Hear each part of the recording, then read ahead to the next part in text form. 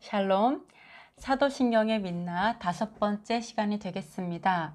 사도신경은 사실 이단 진단법이 될 수가 없습니다. 왜냐하면 일신론을 주장하고 있기 때문에 그 자체가 적그리스도 교리입니다. 그렇기 때문에 사도신경으로 이단이 이단을 간별할 수 없듯이 사도신경으로 이단을 간별할 수가 없습니다. 그래서 오늘은 세 가지를 생각을 해보도록 하겠습니다. 첫 번째는 성경적 이단 진단법, 두 번째 거짓 선지자 적그리스도 분별법, 세 번째 하나님께서 교회에 요구하는 한 가지, 이렇게 세 가지를 생각해 보도록 하겠습니다. 사단이 거짓말하는 방법이 있습니다. 이게 사도신경도 마찬가지로 이런 그 사단이 만들어 놓은 교리라고 볼 수가 있는데요. 이 거짓말하는 방법 세 가지는요. 첫째, 다른 예수, 둘째, 다른 영, 셋째, 다른 복음입니다. 이것을 가지고 이미 사도로 사역하시는 분들도 있는데 사도여서 문제가 되는 것이 아니라 바로 거짓을 가르치기 때문에 문제가 되는 것입니다. 성경에 뱀이 그 관계로 하와를 미혹한 것 같이 너희 마음이 그리스도를 향하는 진실함과 깨끗함에서 떠나 부패할까 두려워하노라. 만일 누가 가서 우리가 전파하지 아니한 다른 예수를 전파하거나 혹은 너희가 받지 아니한 다른 영을 받게 하거나 혹은 너희가 받지 아니한 다른 복음을 받게 할 때에는 너희가 잘 용납하는구나. 그런 사람들은 거짓 사도요 속이는 일꾼이니 자기를 그리스도의 사도로 가장하는 자들이니라. 여기에서 다른 예수, 다른 영, 다른 복음은 무엇일까요? 사단이 가짜 예수를 만들어냅니다. 그리고 더러운 영을 받도록 합니다. 성령이 아니죠. 더러운 영을 받게 하고 그리고 가짜 복음으로 우리에게 미혹하고 거짓말을 합니다. 그렇다면 과연 이런 것들을 어떻게 분별할 수 있을까요? 가짜 예수를 어떻게 분별할 수 있을까요? 가짜 영을 어떻게 분별하며 가짜 복음을 어떻게 분별할 수 있을까요? 그리고 또한 이 사단이 왜 이렇게 거짓말을 하는 걸까요? 그 이유는 무엇일까요? 다른 이유가 아닐 것입니다. 왜냐하면 우리는 구원을 받을 때 어떻게 구원을 받죠? 오직 예수님으로 예슈아로 구원을 받죠. 예슈아께서 곧 길이요 진리요 생명이죠. 그런데 가짜 예슈아를 만난다면 어떻습니까? 바로 구원의 길을 좌로나 우로나 치우침으로 인해서 영생을 빼앗길 수 있기 때문입니다. 그래서 사단은 하나님의 그런 자녀들을 자신의 종으로 삼고자 그렇게 거짓말을 하는 것입니다. 그래서 우리의 영생과 관련되어 있기 때문에 우리는 무엇이 가짜 복음이고 가짜 예수고 가짜 영인지에 대해서 분명하게 분별할 수 있어야 될 것입니다. 사실 이 세 가지는 가만히 생각해 보면 한 가지라고 볼 수 있습니다. 왜냐하면 예수님은 말씀이시죠. 예슈아는 말씀이십니다. 그리고 영은 진리의 영입니다. 성령은 진리의 영이기 때문에 말씀이신 예슈아와 또한 말씀, 즉 진리이신 성령이기 때문에 사실 이 세 가지는 한 가지를 말하고 있습니다. 즉 복음, 말씀, 말씀이 무엇이냐는 거죠. 복음이 말씀이죠. 결국 말씀이 그 이단을 분별하는 절대적인 조건이 된다. 진리의 성령이 오시면 그가 너희를 모든 진리 가운데로 인도하시리니 그가 자의로 말하지 않고 오직 듣는 것으로 말한다고 하였습니다. 우리가 성령님께서 나에게 말씀하셨어 라고 말하면서 말씀과 다른 이야기를 한다면 그것은 바로 거짓 영이라는 것을 우리가 알 수 있는 것과 동일합니다. 그렇기 때문에 유일한 기준인 말씀, 사실은 말씀은 넓은 의미로는 가르침이죠. 하나님 아버지의 가르침입니다. 이 가르침은 바로 토라의 뜻이기도 합니다. 토라는 가르침이라는 뜻이고 넓은 의미로 토라는 성경 전체를 가리킵니다. 그렇기 때문에 또한 토라는 좁은 의미로는 율법이죠. 이 율법의 1.1획이라도 우리가 빼거나 더한다면 가감한다면 우리는 다른 예수아를 만드는 것이고 또한 진리를 바꾸는 것이며 다른 복음으로 만드는 것입니다. 즉 말씀을 변개하는 것은 결국은 여호와 하나님을 바꾸는 것과 동일하다고 볼 수가 있습니다. 태초에 말씀이 계시니라. 이 말씀이 하나님과 함께 계셨으니 이 말씀은 곧 하나님이시니라. 여기서 보시면 이 말씀이 하나님이십니다. 우리가 만약에 말씀에 조금이라도 빼거나 더한다면 바로 우리는 다른 하나님을 만들고 있는 것입니다. 내가 원하는 하나님을 만들어내는 것이죠. 그래서 결코 말씀의 1.1획도 빼거나 더해서는 안 될 것입니다. 이 말씀을 보고 예수와께서 바로 여호와 하나님이다, 동일본체다 라고 주장하시는 분들이 계십니다. 그러나 이걸 만약에 하나님은 저번에 말씀드린 것처럼 복수 보통명사라고 했죠. 신이라는 뜻이 있다고 했습니다. 또한 여호와 하나님 대신에 또한 하나님이라고도 쓰기도 했습니다. 이 두 가지를 같이 보셔야 되는데요. 맨 처음의 것은 말씀이 하나님과 함께 계셨다. 함께는 바로 옆에 가까이에 함께 이런 뜻이 있습니다. 그래서 같이 있었던 거예요. 가까이에 계셨다라는 뜻입니다.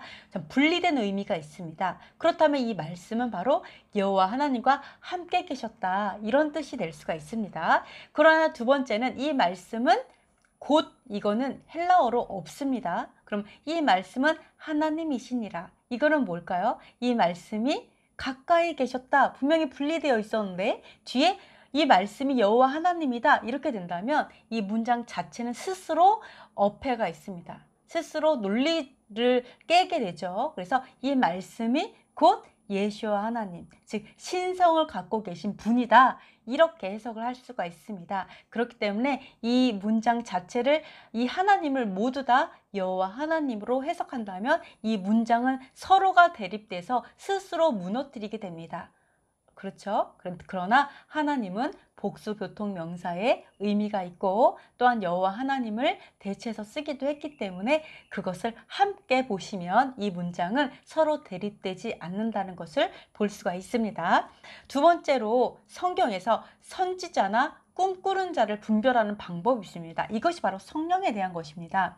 여러분이 진짜 아무 말 할 수 없는 게 뭐냐면, 계시를 받았다, 성령님께서 나에게 기름 부으셔서 막 이렇게 예언하고 이제 막 그 환상을 보시고 병을 고치고 막 이런 일들을 하잖아요. 이럴 때 우리는 할 말이 없습니다. 이거 분별이 안 되면 우리가 할 말이 없어요. 그러나 성경에서는 능력과 기적과 이적이 나타난다 할지라도 분별하라고 말씀을 하고 있습니다.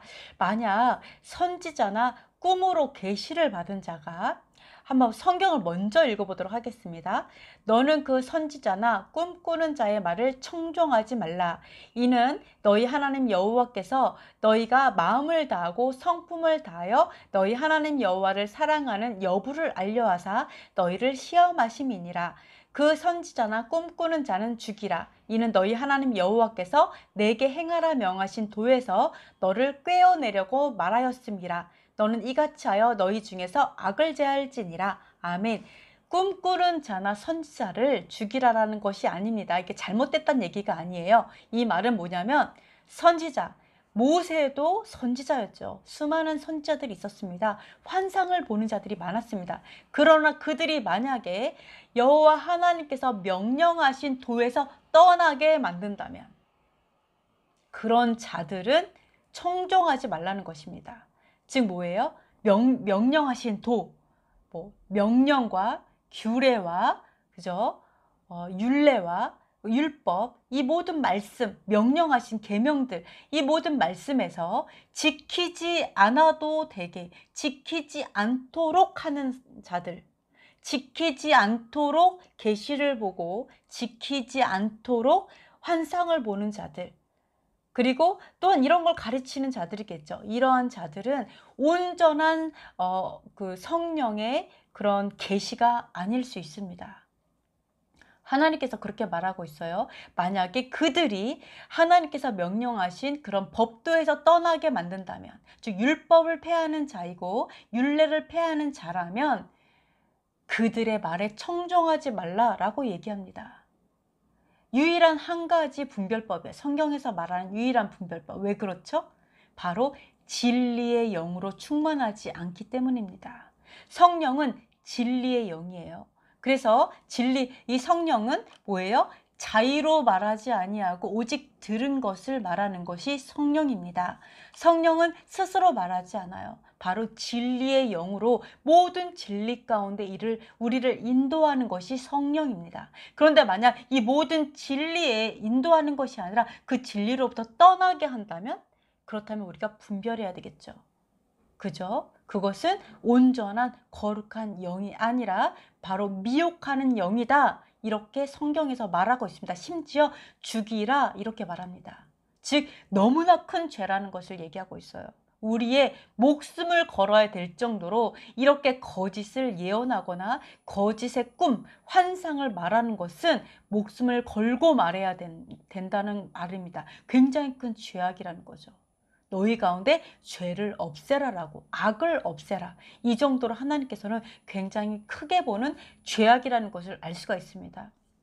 여러분 가운데 정말 선하게 하나님의 뜻 가운데 살려고 하는데 누가 내가 꿈을 꿨는데 말이지 너는 이렇게 말하는 자가 있다면, 그리고 내가 예언을 들었는데 너는 하면서 여러분을 정죄하고 판단하면서 오히려 하나님의 법도에서 하나님의 말씀에서 떠나게 한다면 그들에 대해서는 여러분이 청종할 필요가 없다라고, 오히려 그것이 악하다 라고 성경에서 말하고 있습니다. 오히려 분별하여 제하여 버리라고 말씀한다는 것을 꼭 기억하셨으면 좋겠습니다.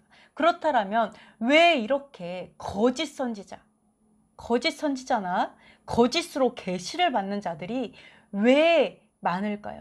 왜 하나님께서 허용하시고 이 시대 가운데 많은 거짓 교사들이 일어나고 거짓 선지자들이 일어나는 것일까요?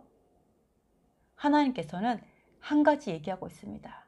뭐라고 말씀하시냐면 너희 하나님 여호와를 사랑하는 여부를 알려하사. 어떻게요? 너희가 마음을 다하고 성품을 다하여 하나님을 사랑하는지 사랑하지 않는지 알기를 원해서 이런 거짓 선지자들을, 꿈꾸는 자들을 보낸다. 큰 미혹을 보낸다 라고 말씀하고 있습니다. 우리가 하나님보다 사람을 더 신뢰한다면, 하나님보다 불순종을 기뻐한다면, 하나님보다 내가 마음대로 사는 것을 더 기뻐한다면, 여러분이 하나님에 대한 사랑이 없다면 여러분 미혹을 될 수밖에 없습니다. 미혹의 거짓말에 넘어갈 수밖에 없습니다. 이것이 하나님께서 하나님을 사랑하는지 사랑하지 않는지 시험하는 유일한 방법입니다. 여러분 꼭 기억하셨으면 좋겠습니다. 네, 그리고 모세가 이렇게 얘기했죠. 나와 같은 자 한 사람을, 한 선지자를 하나님께서 일으킬 것이다. 그때 너희가 마음을 단단하게 하지 말고 순종하라, 이렇게 말씀을 했습니다. 그렇기 때문에 여러분께서 지금 가지고 있는 율법을 폐하는 교리를 가지고 유대인들이 가서 예수아가 메시아다, 그렇기 때문에 너희들은 율법에서 이젠 자유하다, 율법을 지키지 않아도 된다 라고 얘기를 한다면 어떻게 들릴까요? 유대인들에게는 바로 예수아가 메시아가 아닌 증거일 뿐입니다. 그렇기 때문에 여러분께서 예수아를 진정한 메시아로서 여러분이 소개하기 원한다면 여러분께서 바로 바른 교리를 세우셔야 될 것입니다. 그러면 세 번째, 여호와 하나님께서 성전으로서 조건 한 가지를 이야기한 것이 있습니다. 하나님의 성전으로서는 조건이 단 한 가지가 있다. 다른 건 아무것도 중요하지 않아요. 한 가지의 조건, 그것을 말씀을 하셨는데 그 조건이 무엇이냐면 사실은 우리 교회들도 성전이라고 할 수 있기 때문에 반드시 알아야 됩니다. 하지만 우리 교회들은 사실은 성전이라기보다는 회당에 좀 가깝죠. 각 지역의 많은 회당, 그리고 예배하고 그곳에서 말씀을 공부하는 회당에 좀 가깝다고 보는데요. 어쨌든 예배하는 곳이기 때문에 성전의 조건을 반드시 충족해야 된다고 생각을 합니다. 성전을 짓기 원했던 다윗에게도 말씀을 하셨고, 그리고 솔로몬이 성전을 완성하신 후에도 여러 번, 그리고 직접 말씀하시고 또한 경고하셨던 내용입니다. 말씀을 보시면 만일 너희가 너희의 자손이 아주 돌아서서 나를 따르지 아니하며 내가 너희 앞에 둔 나의 계명과 법도를 지키지 아니하고 가서 다른 신을 섬겨 그것을 경배하면 내가 이스라엘을 내가 그들에게 준 땅에서 끊어버릴 것이요 내 이름을 위하여 내가 거룩하게 구별한 이 성전이라도 내 앞에서 던져버리리니 이스라엘은 모든 민족 가운데서 속담거리와 이야깃거리가 될 것이며 아멘. 이렇게 말씀하고 있습니다. 즉 여호와 하나님의 계명과 법도를 지키지 아니하고 다른 신을 섬긴다면, 여기서 보는 것처럼 사실은요, 여호와의 계명과 법도를 지키지 말라고 가르치는 것은 바로 다른 신입니다. 분명하게 알 수 있죠. 바로 다른 신. 그래서 율법을 폐하는 교리를 만든 예수님은 사실은 성경이 말한 예수가 아니라 다른 예수라는 것을 여러분이 분별할 수가 있을 것입니다. 이와 같이 교회가 만약에 계명과 법도, 이런 율법을 버린다면 하나님께서 성전으로 인정하지 않을 뿐만 아니라 바로 약속의 땅에서, 이스라엘 땅에서 끊어지고, 그리고 바로 하나님의 앞에서 그 성전을 던져버리겠다라고 말씀하고 있습니다. 그래서 우리가 내가 성전, 하나님의 교회, 거기서 가장 중요한 요건이 뭐냐? 하나님의 명령과 법도, 율례를 지키게 하느냐 안 하느냐, 그렇게 가르치느냐 안 가르치느냐입니다. 그래서 마태복음에서 말씀하셨죠. 율법의 가장 작은 것이라도 폐하고 그렇게 지키지 않도록 가르치는 자는 가장 작은 것일 경우에, 그런 경우에 천국에서도 가장 작은 자라 일컬음을 받는다고 했습니다. 그러나 율법의 가장 작은 것일지라도, 정말 작은 것, 율법도 큰 게 있고 작은 것이 있다는 것입니다. 작은 것이라도 지키고 또 지키도록 가르치는 자는 천국에서 크다 말한다고 했습니다. 이것이 바로 교회의, 성전의 조건, 단 유일한 한 가지 조건인 것을 기억하셨으면 좋겠습니다. 이 시대에 우리에게 필요한 한 가지는 바로 여호와 하나님을 경외하는 영입니다. 여러분에게 여호와 하나님을 경외하는 영이 머리끝부터 발끝까지 부어져서 여러분께서 두렵고 떨림으로 감히 하나님의 말씀에 1.1획도 빼거나 더하지 않는 그런 여러분이 되시기를 축복합니다. 오늘 여기까지 하도록 하겠습니다. 샬롬.